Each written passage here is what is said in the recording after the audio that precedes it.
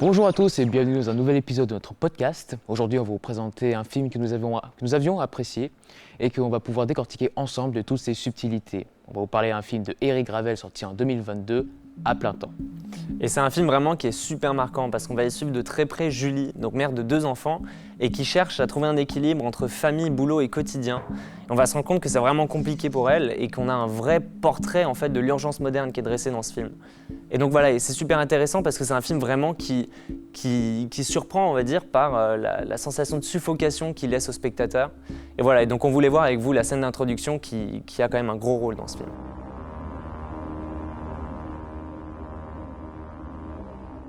Et quelle introduction! On remarque que dès la première séquence, l'auteur a voulu mettre l'accent sur l'urgence de la situation, sur un environnement vraiment oppressant.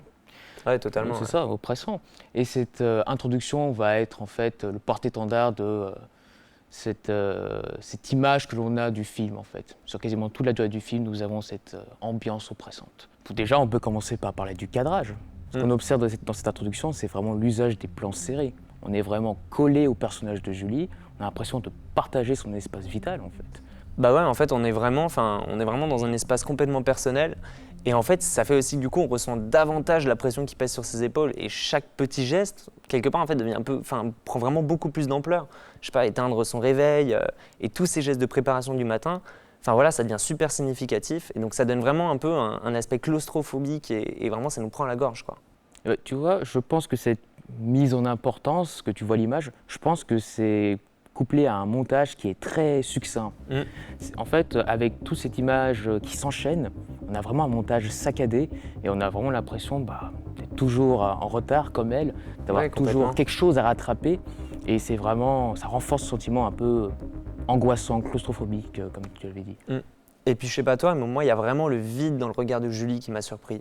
Ça amène vraiment, je trouve, une forme de déshumanisation et l'habitude en fait de reproduire tous ces mouvements pour elle au quotidien, ça amène vraiment, je trouve, une notion, un aspect un peu robotique dans toute sa démarche. Et je trouve que voilà, cette déshumanisation, elle se retrouve par exemple aussi dans les dialogues. Par exemple, elle communique vraiment très peu avec ses enfants ou alors avec ses collègues. Je trouve que ça amène vraiment cette notion de fonctionner par automatisme. C'est un peu comme si elle avait perdu toute capacité à réfléchir. Ouais, justement, tu me parles de communication. Je trouve que le silence a un impact vraiment fort dans cette séquence. Là, on a vraiment l'impression que c'est une forme de résistance. Elle est un peu passive-agressive, j'ai Ah l'impression. ouais, complètement. Oui, c'est ça. Mais du coup, ça représente bien le fait, premièrement, qu'elle soit seule, qu'elle est toute seule. Et deuxièmement, ça représente le fait que malgré le fait qu'elle soit au bord du gouffre, elle tient le coup. Malgré le fait qu'elle soit au bout du rouleau, elle continue quand même de persévérer, de continuer.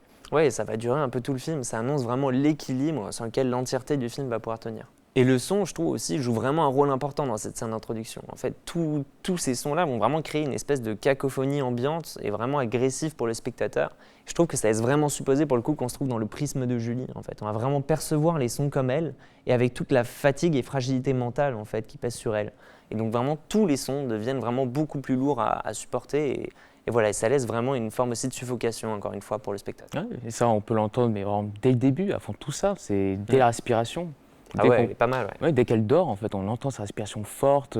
On sent vraiment qu'elle est fatiguée, qu'elle en a marre. Et normalement, lorsqu'on entend un souffle, ça va être un moment assez reposant, assez calme. Ouais, alors que là, pour le coup... Là, alors quand on l'entend, c'est presque angoissant. Mm. Arriver à faire ça avec la respiration de quelqu'un qui dort, je trouve que c'est quand même un sacré tour de force de la part d'Eric Gravel.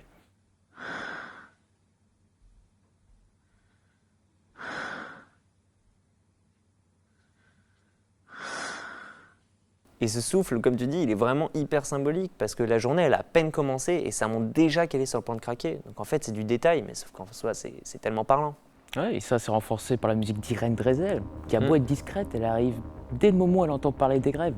C'est vraiment une musique qui est angoissante et qui vient faire monter la pression petit à petit Ouais, et complètement. qui rappelle le sentiment d'urgence du film. Ouais, je suis d'accord. Cette musique, c'est vraiment en fait une alarme qui nous rappelle que la journée, elle ne va qu'empirer.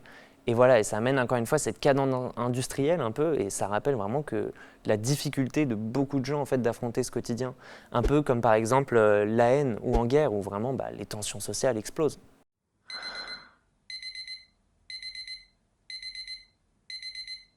Pour conclure, cette séquence d'introduction est vraiment efficace. Elle nous permet de mettre en évidence l'urgence de la situation que subit Julie dans son quotidien. Ouais, et vraiment, en plus, cette scène d'introduction va donner en fait le ton, comme tu dis. Elle va vraiment nous plonger dans une course contre la montre où chaque moment supposé être calme, un peu comme son souffle au début, va vraiment nous rappeler son état de survie.